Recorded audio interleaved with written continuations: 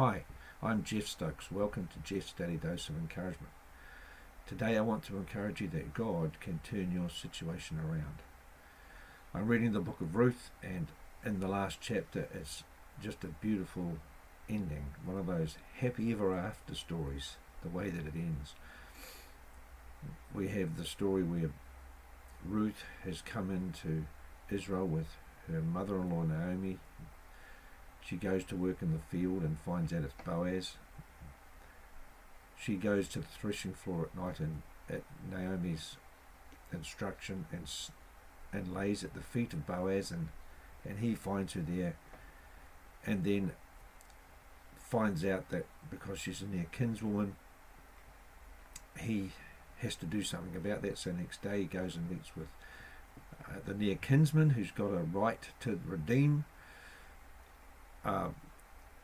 Elimelech, that's Naomi's husband, his inheritance, and he has a meeting in the gates, and Boaz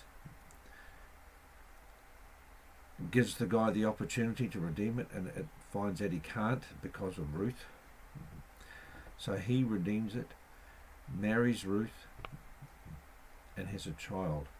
And suddenly Naomi, was so distraught and felt like she was empty-handed, it's almost like her cup has been filled to overflowing. She has a child, and all the woman named the child. It says this in the last few verses. It says in verse 15, and he shall be called, I'll go back to 14. And the woman said to Naomi, Blessed be the Lord, which has not left you this day without a kinsman, that his name may be famous in Israel. Well, it is famous, isn't it? And he shall be unto you a restorer of your life, and a nourisher of your old age, for your daughter-in-law, which loves you, which is better than 7 sons, has borne him. And Naomi took the child and laid it in her bosom and became nurse unto it. And the woman, her neighbours, gave it a name, saying, There is a son born to Naomi, and they called his name Obed. He is the father of Jesse, the father of David. So Naomi never foresaw that this could happen. And of course we know that from that line, as we said the other day, that Jesus Christ came, the true kinsman redeemer, who can redeem all of us through his precious blood.